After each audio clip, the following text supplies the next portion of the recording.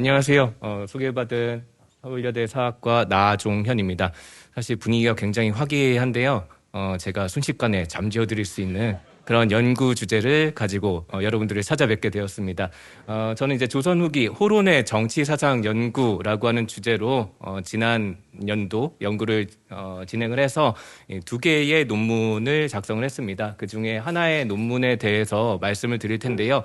사실 논문의 요지만 말씀드리면은 굉장히 간단합니다. 그동안 이렇게 봐왔는데 사실 보니까 아니더라라고 하는 그런 간단한 요지를 가지고 있지만 사실 그 간단한 것을 왜 다시 보게 되었느냐를 설명드리기 위해서는 굉장히 지난한 여러 가지 어떤 배경 지식에 대한 설명이 필요하게 됩니다. 그래서 그 부분에 있어서 여러분들께 너무 좀 이제 지루한 이야기들을 드릴까봐 미리 이제 사죄의 말씀을 드리면서 시작을 하도록 하겠습니다.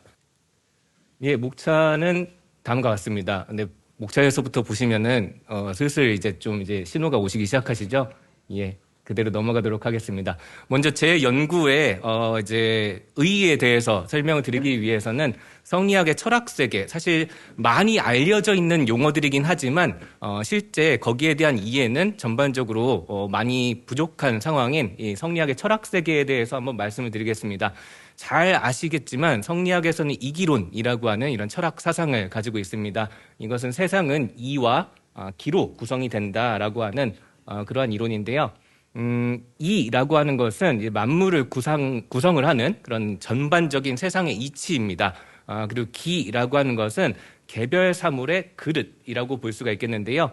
성리학에서는 이 이와 기가 합쳐지면서 모든 사물들이 만들어진다라고 이렇게 파악을 합니다. 그리고 모든 사물들 중에서는 당연히 사람도 포함이 되는 것이고요.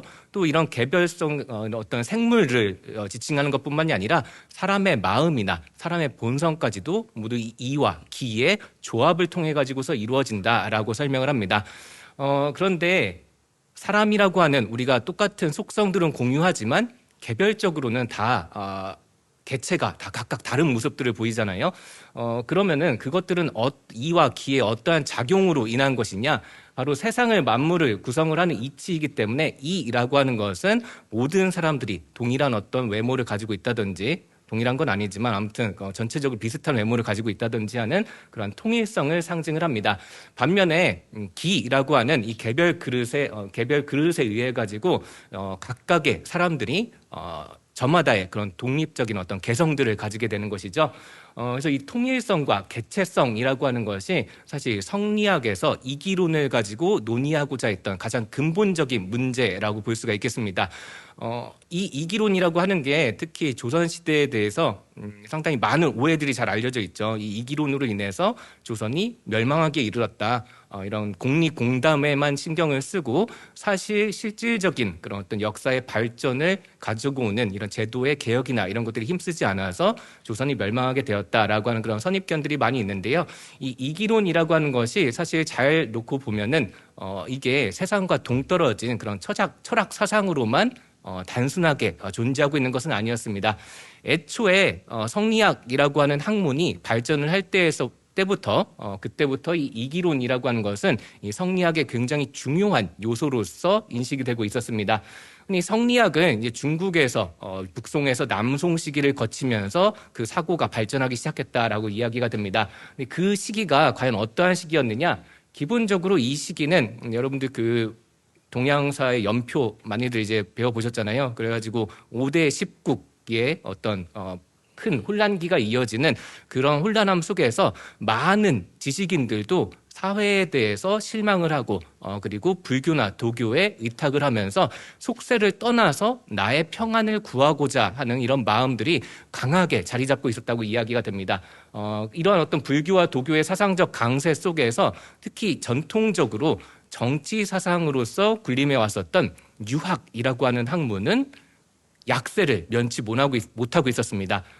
여러 가지 어떤 이벤트들이 있긴 했지만 거기에 대해서는 다 설명을 드리긴 좀 어려울 것 같고 특히나 이렇게 혼란스러운 시기일수록 어떤 철학 사상 같은 것들이 굉장히 중요하잖아요. 인간은 어떠한 존재며 우리가 어떻게 이러한 어려움들을 극복할 수 있을 것인가 여기에 대한 고민들이 필요했는데 당시까지의 유학은 여기에 대해서는 그다지 관심을 두지 않고 있었습니다. 이 당시까지의 어떤 유학에서는 대체적으로 뭐 주역 정도, 지금도 많이 활용이 되고 있죠. 이런 주역 정도의 아주 형이상학적인 원리 정도를 제외하고는 인간이 어떤 존재인가, 인간은 어떠한 행동을 해야 하는가에 대해서 구체적인, 특히 불교와 도교의 그런 종교 체계에 맞설 만큼의 철학 체계를 갖추고 있지는 못한 상황이었습니다. 그러던 중에 바로 이 유학자들이 자신들의 어떤 세상에 대한 책임감 이런 것들을 강조하면서 불교와 도교의 사상적 공세에 대항하기 위해 만들어진 것이 바로 이기론이었습니다. 왜 이 이기론을 통해 가지고 이 혼란한 세상 속에서 인간이 어떠한 존재인지를 이야기를 하고자 했느냐? 다시 이와 기로 돌아가게 된다면은 유학에서 흔히 여러분들 맹자의 성선설에 대해서 잘 알고 계시죠? 맹자는 아주 오래전의 인물이었습니다만 이 시기에 와가지고서 맹자의 성선설이 다시 한번 재해석되기 시작합니다. 특히 성선설을 철학적으로 뒷받침을 하려고 하는데요. 바로 만물을 구성하는 이치인, 이라고 하는 것이 사람에게 들어가 있기 때문에 이 만물을 구성하는 이치가 절대 나쁜 것일 리는 없잖아요. 그렇기 때문에 이 이가 부여된 존재이기 때문에 인간은 이 이치가 부여된 존재로서 선한 본성을 가지고 있고 이 선한 본성을 통해서 세상에 기여할 수 있다라는 이런 철학 체계가 자리 잡기 시작했던 것이었습니다. 그래서 세상과 인간에 대한 유학 관점에서의 어떤 철학적 설명들을 필요로 하면서 발전한 것이 바로 이기론이었던 것이고, 특히 성선설을 통해서 인간 본성의 선함은 이로부터 근거한다. 그리고 인간은 분명히 이런 철학적 체계에 의해서 인간 본성의 선함이 재조명되면서 세상에서 인간이 어떠한 활동들을 해 나갈 것인가. 특히 이제 수신제가 치국 평천하 이런 어떤 이야기들이 있잖아요. 그래서 가정에서부터 그리고 나라로 이어가가지고서 그리고 전 세계의 평안을 가져오는 그러한 전반적인 어떤 평화의 구도가 바로 나의 수신에서부터 출발한다. 나의 리를 다시 한번 개발을 해가지고서 이것을 주목하는 데에서부터 출발한다라고 이렇게 이야기를 했던 것입니다. 이 성리학의 이기론이 굉장히 심화돼가지고서 발전을 하면서 조선 학계, 특히 18세기 조선 학계에서는 큰 논쟁을 하나 불러일으키게 됩니다. 그것이 바로 이제 호락 논쟁이라고 하는 것이었습니다. 이 호락 논쟁이라고 하는 것은 흔히 인물성 동의 논쟁이라고도 잘 알려져 있습니다. 인성과 물성이 같으냐 다르냐의 논쟁인 것인데요. 근데 사실 인물성 동의 논쟁으로 많이 알려져 있긴 하지만 이 호락 논쟁은 가장 기본적으로는 이와 기의 둘 사이에서 특히 인간 본성을 구성을 하는 이와 기의 역할 중에서 어떤 것에 더 주목할 것인가라고 하는 이런 철학 논쟁이 가장 기반이 된 것이었습니다. 호락 논쟁에 대해서 간단하게 말씀을 드리면은 율곡학파, 특히 율곡의 후예들이 학문적인 성숙을 이루면서 자신들의 학설을 발전시켜 나갑니다. 근데 이런 학설의 발전 과정에서 이제 어떤 것을 더 중시할 것인가를 두고서 크게 두 가지로 이제 나뉘게 되는데요. 하나가 이제 호서 지역, 충청 지역을 이야기를 합니다. 지금의 충청 지역의 학자들. 그리고 다른 하나가 서울 경기 지역, 여기를 이제 낙이라고 이렇게 이야기를 하는데요. 그래서 서울 경기 지역을 낙론이라고 이렇게 표현을 하고요. 호서 지역을 호론이라고 이야기를 합니다. 이제 제 주제가 이제 본격적으로 등장하기 시작했죠. 호론이라고 한다면은 특히 이 17세기에 거쳐서 18세기를 넘어서면서 하나의 철학 집단이자 사상 집단 그리고 정치 집단으로 등장했던 충청 지역의 학자들을 지칭을 합니다. 여기에서의 쟁점이 되었던 것은 바로 인간의 심성을 이해할 때 리의 동일성을 중시할 것인가, 기의 개체성을 중시할 것인가의 문제였습니다. 여기에 대해서는 조금 뒤에 더 설명을 드리도록 하겠습니다. 그 시작은 18세기 초반 권상하라고 하는 사람의 문화에서 이제 어떻게 보면 동문이죠. 두 동문이 논쟁을 하기 시작하면서 한원진과 이간이라고 하는 사람이 논쟁을 하기 시작하면서 이 호락 논쟁이 발전합니다. 그러니까 사실상 호론이라고 하는 사람의 어떤 바운더리에서 이 논쟁이 먼저 발전을 했는데 중간에 이것이 바로 호론과 낙론, 그러니까 충청 지역에서만 그치지 않고 낙론 지역 학자들, 서울 경기 지역 학자들이 함께 가세하기 시작하면서 논쟁이 굉장히 커지게 됩니다. 그리고 결국은 이게 흔히들 철학 사상에서 싸우다 보면은 사실 현실에서도 많이 또 싸우게 되잖아요, 그렇죠? 예, 그래가지고 이것이 결과적으로는 호론과 낙론이 똑같은 율곡 학파에서 나왔으면서도 사상적으로뿐만이 아니라 정치적으로까지 대립하게 되는 이런 양상으로 이제 발전하게 됩니다. 호랑 논쟁의 정치 사회적 의미를 말씀을 드리면은 이 조선 후기에 굉장히 많은 변동들이 일어났다라고 하는 것은 저뿐만이 아니라 여러 연구자들 분들에 의해 가지고서 이제 이야기가 되고 있던 상황들이죠. 그 중에서 바로 이 호랑 논쟁이 어떠한 의미를 가지고 있는지 말씀을 드리겠습니다. 이 호론이라고 하는 사람은 아까 말씀드렸던 이와 기 중에서 기의 작용을 굉장히 강조하는 사람들이었습니다. 근데 아까 기라고 하는 것이 개별성을 상징을 한다라고 말씀을 드렸잖아요. 기를 강조하면 할수록 그러니까 사람과 사람의 차이를 더욱더 강조를 하는 게 되겠죠.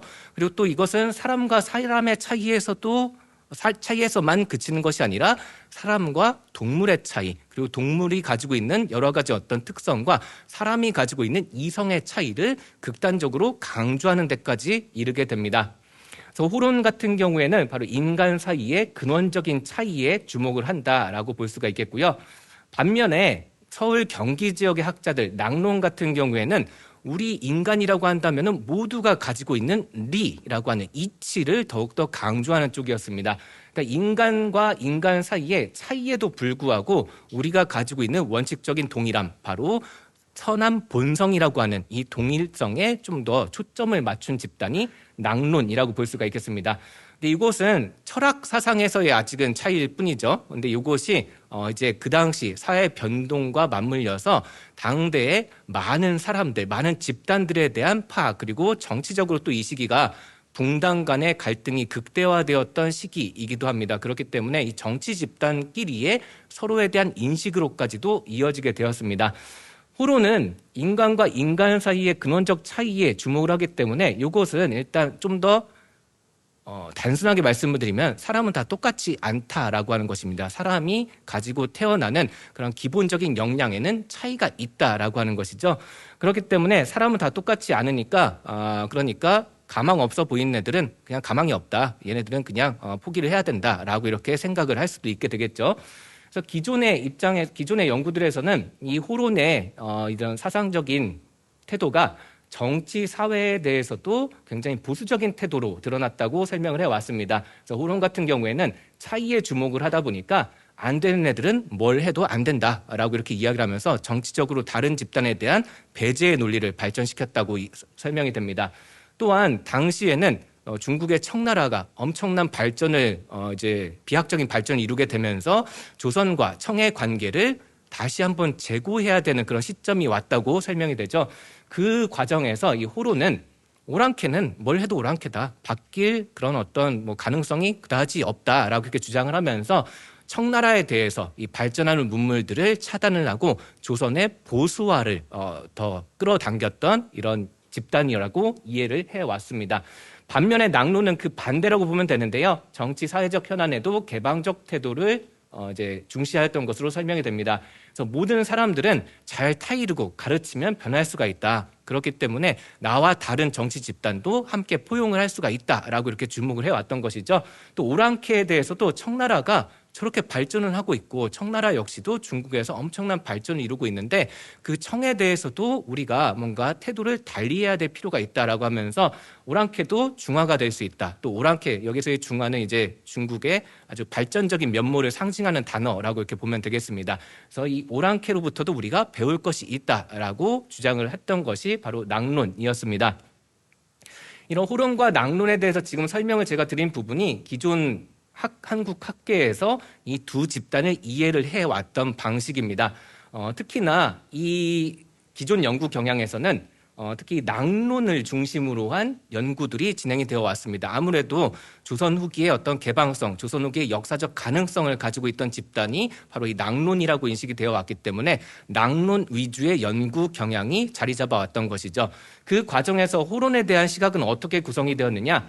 낙론의 개방성을 두드러지게 해주는 아예 반대 사례로서만 언급이 되어 왔습니다. 근데 그 과정 속에서 호론에 대한 연구는 사실은 진행이 되지 않았습니다. 사실상 거의 진행되지 않은 채로 낙론이 이랬던 집단이기 때문에 호론은 사상적으로 반대니까 아예 반대겠지라고 하는, 사실상 제가 봤을 때에는 반쯤은 가정에 가까운 그런 인식들이 통용이 되어 왔었던 것이죠. 그렇기 때문에 저는 이 호론에 대해서 뭔가 새로운 시각으로 접근을 하게 되고, 뭐 사실상 거의 저는 이제 얼마 전까지는 국내 유일의 호론 연구자라고 이렇게 이야기를 해왔거든요. 그런데 얼마 전에도 석사 논문도 나오고 하면서 이제 동지들이 생기고 있다라고 이렇게 또 이야기를 할 수도 있겠습니다. 아무튼 저는 그렇게 호론에 대해서 집중을 함으로써 이 당시 이 호론과 낙론 각각뿐만이 아니라 이 시기의 정치, 사회에 대한 기존의 시각을 바꿔나갈 수 있다라고 그렇게 생각을 했던 것입니다. 그래서 이제 호론 연구를 통해 가지고 박사 논문도 작성을 했고, 그리고 그것을 통해서 이제 재단으로부터 상당히 관대한 지원을 힘입어서 여러 가지 후속 연구들을 또 진행을 할 수가 있었습니다. 호론 이야기를 하는데 호론에 대해서 어떤 사람들이 있는지 좀 궁금하시겠죠? 궁금하시리라고 믿고 설명을 드리도록 하겠습니다.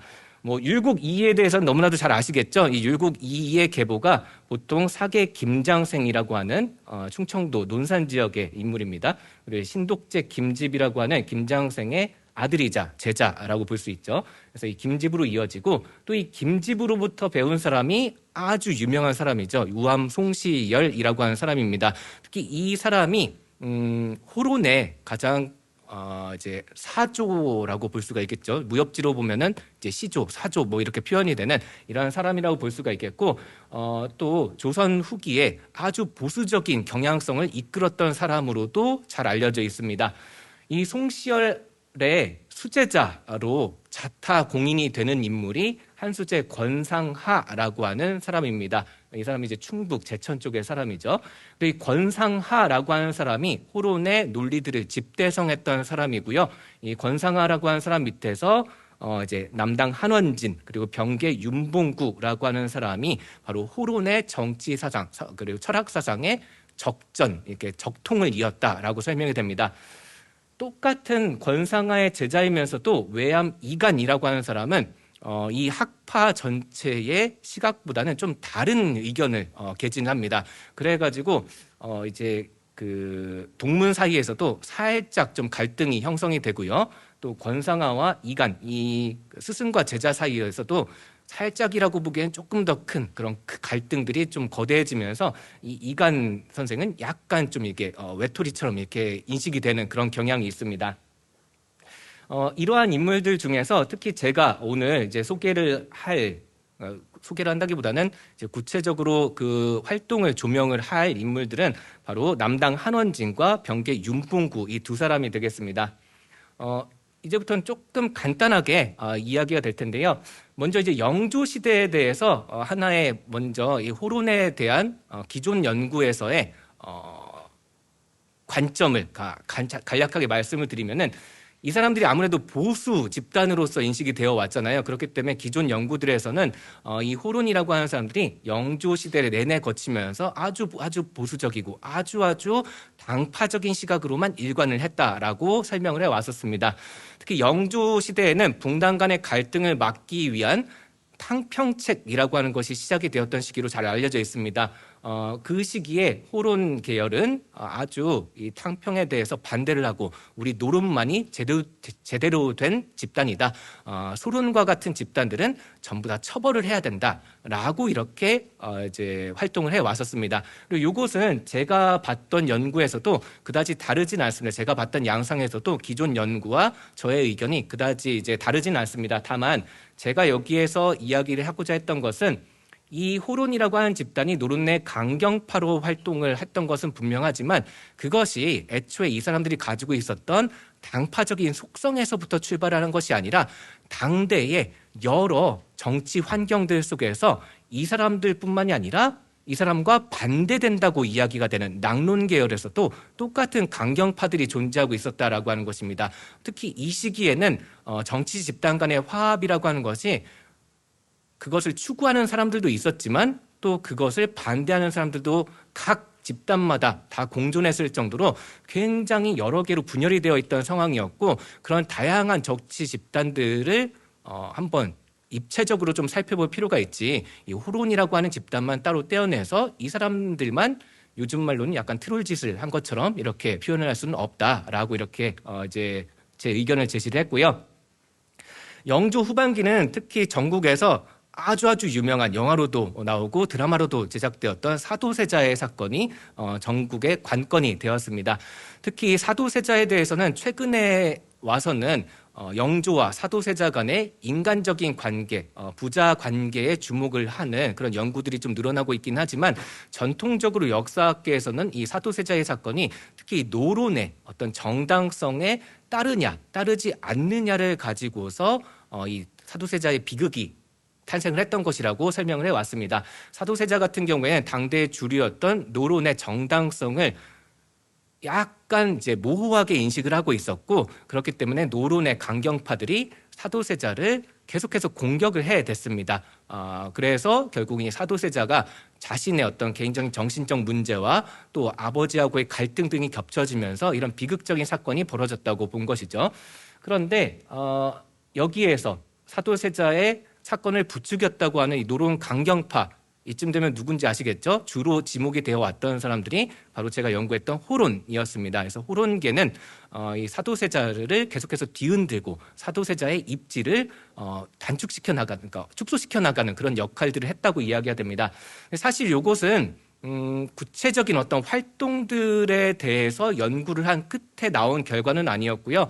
실제 이 사람들에 대한 어떤 이미지나 그리고 당대의 단편적인 언급들을 통해 가지고서 더 씌워진 그런 어떤 활동의 어떤 양상들이었다고 보면 되겠습니다. 실질적으로는 역사적 사실이라고 보기엔 좀 어렵다라고 저는 판단을 합니다. 실제 이 당시에 이 강경파 호론에 특히 철학적인 호론 집단의 철학적인 수장이자 또 정치적으로도 굉장히 큰 영향력을 행사하고 있던 사람이 바로 윤봉구라고 하는 사람이었습니다. 이 윤봉구의 태도를 보면은 사도세자, 죽음을 당한 사도세자와 또 사도세자 죽음을 당함으로써 궁궐 밖으로 나왔던 원순, 그러니까 정조에 대해서 굉장히 온정적인 시선을 표출하고 있었습니다. 실제 이 사람들의 활동을 살펴보게 된다면은 또 이때에 가서는 자기하고는 철학적 정치적으로 반대가 된다고 이야기가 되는 이 낙론의 어떤 정치적인 수장과도 동일한 행보를 보이면서 사도세자에 대해서 또 정조에 대해서 아주 온정적인 시선을 보이고 바깥에 나와 있는 정조를 영조 스스로 보호해줘야 된다라고 강력하게 주장을 하고 있었습니다. 이런 것들을 본다면은 이 호론이라고 하는 사람들이 기존의 선입견과는 다르게 이 사람들을 좀 새롭게 볼 여지가 있다라고 하는 것을 제가 이 논문에서 주장을 하고자 했습니다. 그럼 이 연구를 통해서 볼 수 있는 것은 무엇이냐? 이 부분은 간단하게 말씀을 드리겠습니다.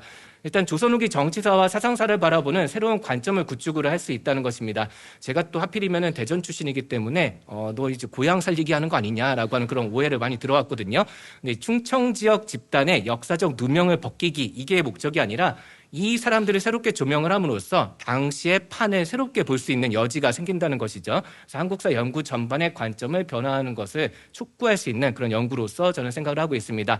또 조선시대의 성리학에 대해서도 그동안에는 이 성리학을 너무 철저하게 따르면은 역사를 반동인 것처럼 이해가 되어 왔습니다. 근데 최근에 와서는 서양학계에서도 그렇고 이 성리학에 대해서 좀 다른 의견들이 계속해서 발생을 하고 있고 그런 부분들이 한국학계에도 영향을 끼치고 있습니다. 이런 부분들도 함께 연구를 해야 되는 부분이라고 생각을 합니다.